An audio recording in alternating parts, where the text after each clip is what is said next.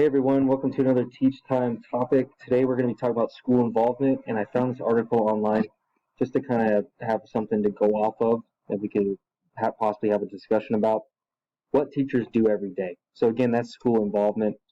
And I'm going to annotate my article using a little key feature on Microsoft Edge. It's right up here in the top, which is add notes. So now you can see that I can mark up my article.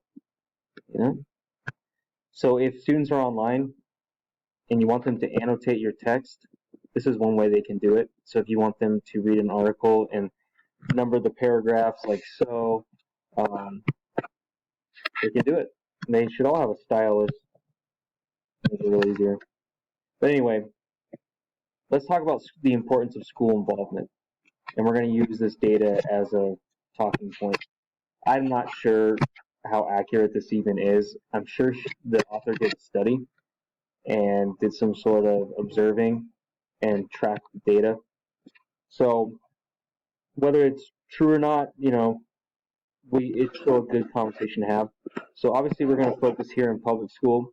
Then you can kind of compare the private school, private boarding school, special needs school, but that is not us. So we're not going to even really talk about that. Broken down into these categories on the left. So let's first talk about classroom preparation. So it takes a lot to get your classroom ready. Okay, so that I probably agree with. 30% of your time is spent preparing, and the other 25% is the actual teaching. So to me, these are pretty much set in stone. I mean, like there's not much else we can do about that. To do really effective lessons that are engaging, more prep time it's going to take. Okay, so 55% of our time is spent in the classroom, which, again, I'm okay with that. So let's look at grading student work. 20% of the time spent grading. Now, if we're when we move online, this might go down a little bit. You're still going to have to grade, obviously, but if you're doing multiple choice quizzes or tests, it's pretty much automatically graded. So that should go down a little bit. Maybe we have some room to grow right there. Administration, now, I had to figure out what they meant by administration. So that includes attending meetings with other teachers and administrators, as well as writing required reports, documenting student progress and performance. Many schools have formal faculty meetings once a month. The individual departments frequently meet to discuss specific book orders, student needs, or interdepartmental protocol. So 15% of your time is doing that. Okay, so this was 75%, and now we are capped at 90 for all of our meetings, grading, and teaching, classroom preparation, all that good stuff. So right now we're at 90%, okay? So I want to see kind of your thoughts on this so you can comment on the video, but I don't know. That's a little too much for me.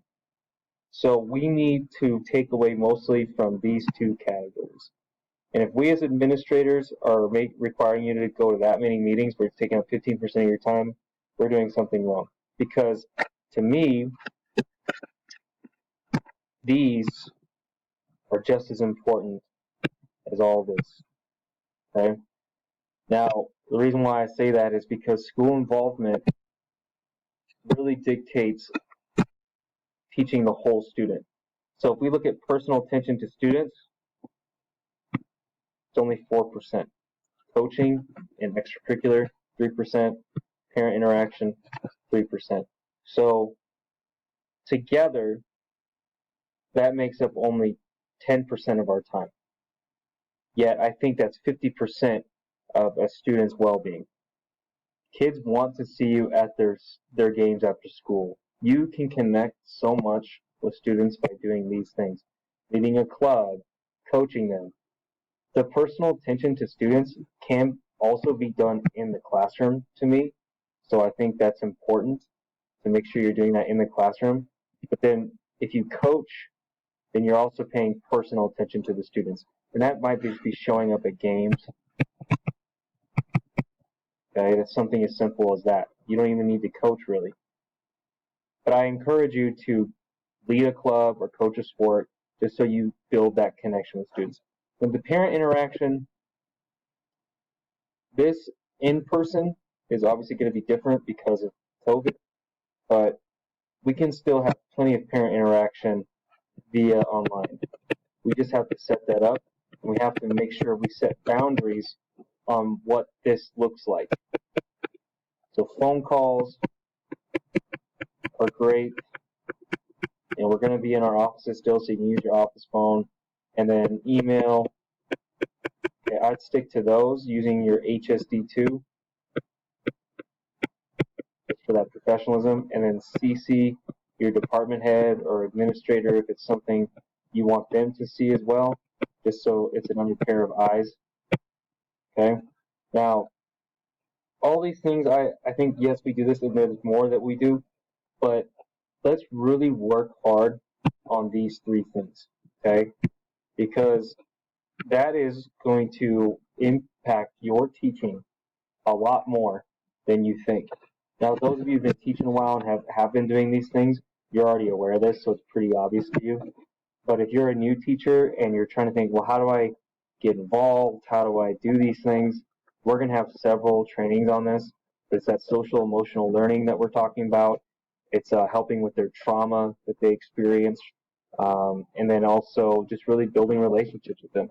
That relationship piece is going to do wonders for you. Again, thanks for watching. Hopefully that makes sense. We can start having a conversation maybe of what it looks like to be more involved in school activities. Now with COVID, obviously, a lot of these activities might be canceled. So let's brainstorm ways we can still do that while remote learning. That's our next conversation. All right. Hope you have a great day, and thanks for watching.